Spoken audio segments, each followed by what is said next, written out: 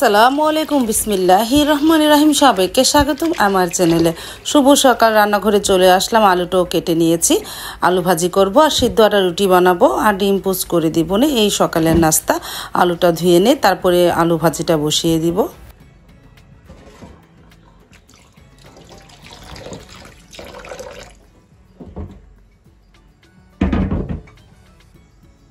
তেলটা গরম হয়ে গেছে, শুকনো মরিচ দিয়েছি, আলু ভাজির সাথে পেঁয়াজ কাঁচামরিচ দিয়েছি। এখন ছেড়ে দিলাম তেলের মধ্যে, একটু লবণ দিয়ে আস্তে আস্তে ভাজিটা করে ফেলি।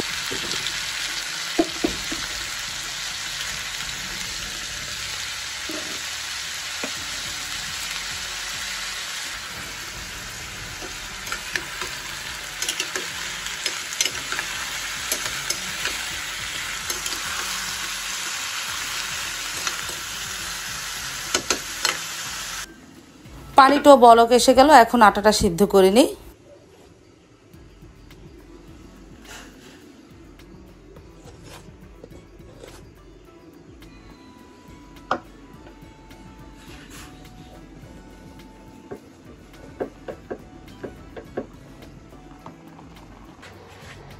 আটা সিদ্ধ হয়ে যাওয়ার পর ভালোভাবে মথেও নিয়েছি। এখন একটা করে বেলে নিতেছি, একটা করে ছেঁকেও নিতেছি।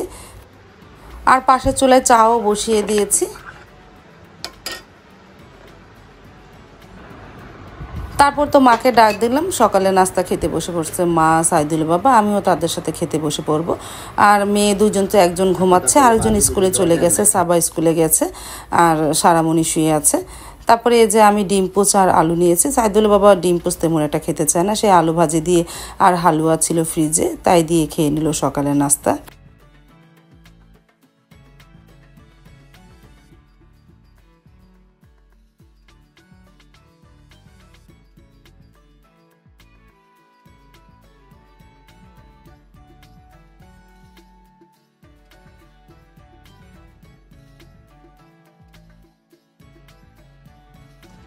গাছের কাঁঠাল পেকেছে, সাইদুল বাবা পাড়ার জন্য উঠলো, আর ধরা মাত্রই তো কাঁঠালটা ছুটে গেল।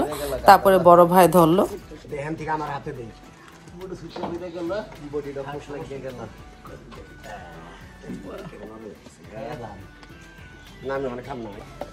আমিও রান্নাঘরে চলে আসলাম। কাঁঠাল তো এখন ভাঙবো না, বিকালে ভেঙে দিব না। আর এদিকে আমি মুরগি গোস্ত আর আলু ছোটো ছোটো করে কেটে একটা ভাজি তৈরি করতেছি ম্যাজিক মশলা দিয়ে, ম্যাগির।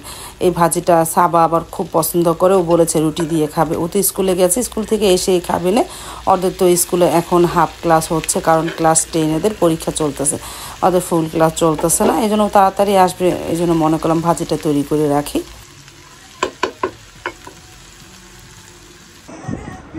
চলে আসলো জান্নাত বুড়ি, দেখো বুড়িটা টুকিটা একটু হাসো না।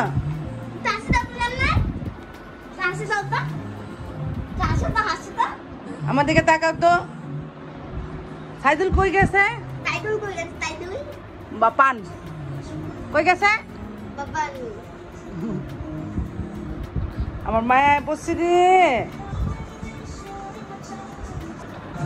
ভাজি হওয়ার পর সারামণিকে সকালে নাস্তা দিলাম, রুটি আর ভাজি দিয়ে খেয়ে নিল, সাথে জান্নাত বুড়িও খেয়েছে। মানে খাও খাও, আও খাও। থাক, উনি যাতে খাবো। থাক খাক থাক খাক খাক, আলু খাও খাও, আলু খাও। কি খাও?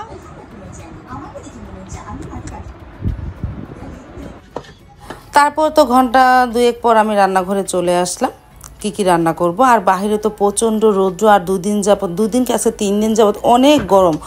চাল ধোয়া হয়ে গেছে। এই যে মুরগি গোস্তটা একটু ভাজা ভাজা করব, মিষ্টি কুমড়োর শাক দিয়ে ফলি মাছ লবণদা রেখেছিলাম, তাই রান্না করব। আর কচু ভাজি করব। ভাত বসিয়ে দিলাম আর ফলি মাছটা রান্না করি। পেঁয়াজটা ভাজা হয়ে গেছে, আদা রসুন দিয়ে দিলাম। তারপর একটু হলুদ গুঁড়া, মরিচ গুঁড়া, ধনিয়া গুঁড়া দিয়ে মশলাটাকে কষিয়ে নিই।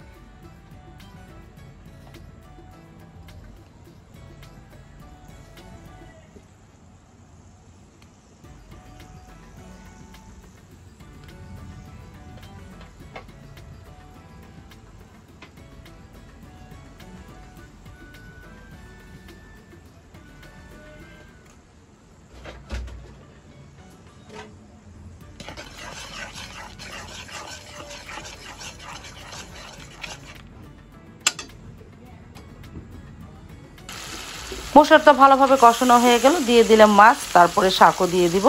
একসাথে আস্তে আস্তে কষিয়ে নিই। আস্তে আস্তে চচ্চড়িটো হয়ে যাবে, যদি পানি দরকার হলে দিব, আর না হলে দিব না।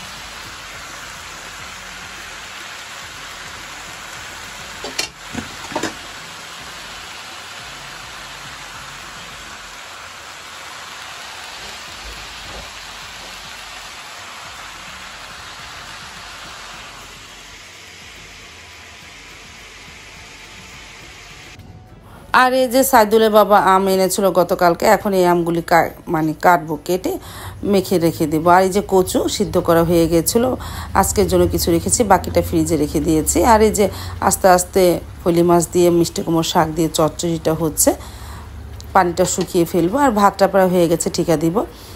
তারপরে তো ভাত ঠিকা দিয়ে এখন কচুটা রান্না করব। আমি পাঁচফোড়ন আর শুকনো মরিচ নিয়েছি, তেলের মধ্যে ছেড়ে দিই। তারপরে পেঁয়াজ কাঁচামরিচ দিয়ে দিব এর মধ্যে, দিয়ে পেঁয়াজটা ভেজে নিয়ে পরে মশলা দিব। আর কচু ভাজিতে ইলিশ মাছের মাথা, চিংড়ি মাছ দিলে ভালো হয়, কিন্তু আমার এই দুইটাই কিছুই নেই।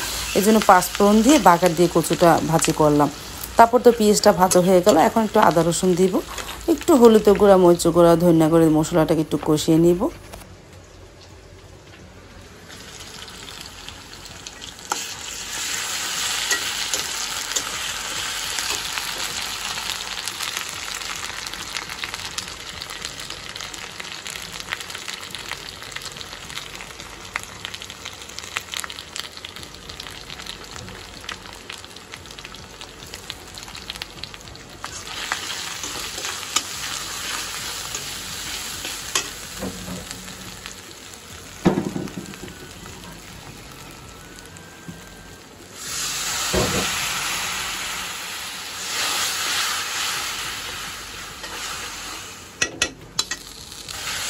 তারপর তো কচুর মশলাটা কষানো হয়ে গেল। আর এদিকে পলি মাছের তরকারিটা প্রায় হয়ে গেছে, আমি একটু পরে নামিয়ে ফেলবো।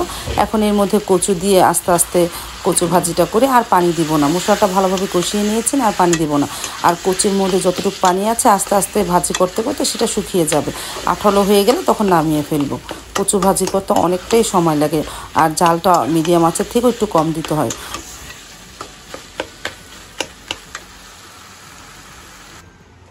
তারপরে মুরগি গোস্তটা একটু ভাজা ভাজা করে পেঁয়াজ, কাঁচামরিচ, লবণ দিয়েছি, আর কিছুই দিব না।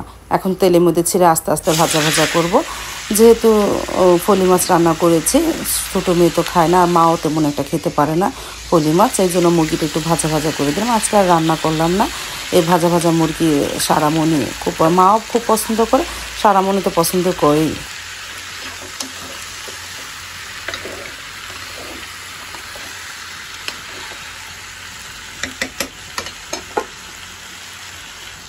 আর এই যে দেখো কচু আস্তে আস্তে কতটা আঠালো হয়ে গেছে।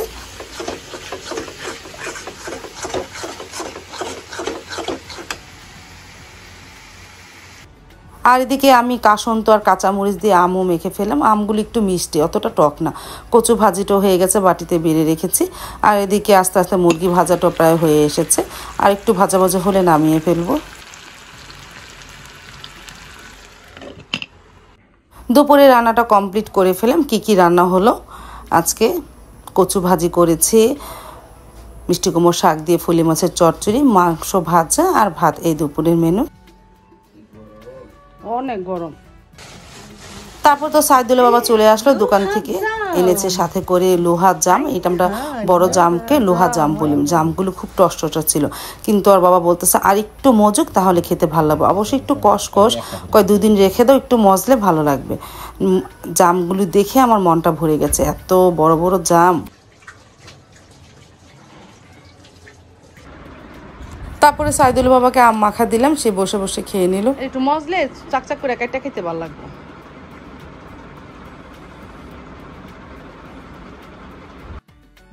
তারপরে সাইদুলের বাবা আমি দুপুরে খাবার খেতে বসে পড়লাম। মাকে ডাক দিতে গেলাম, মা বলতেছে একটু পরে খাবে। তারপর সাইদুল বাবা খিদে লেগে গেছে, তার সাথে বসে আমিও খেয়ে নিলাম। মা একটু পরে খেয়েছে ভাত দুপুরে।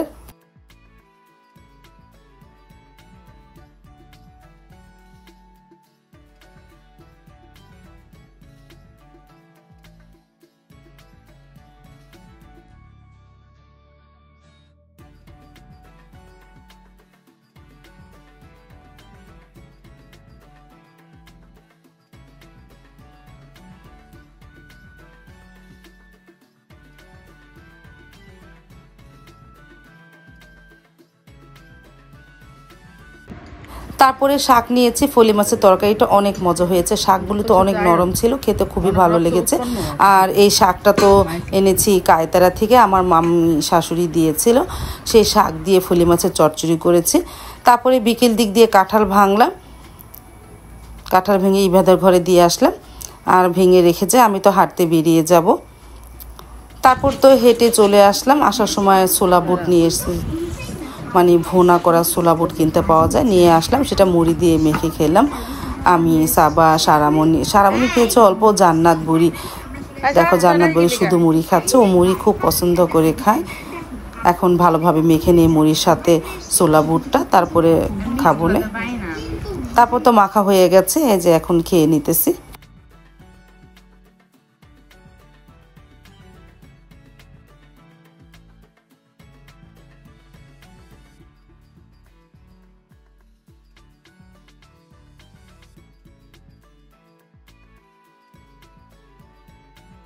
আজ তাহলে এই পর্যন্ত, দেখা হবে আগামীকালকে নতুন আরেকটা ব্লগ নিয়ে। আল্লাহ হাফেজ। জাল জাল জাল মা বলবো তো কি জাল।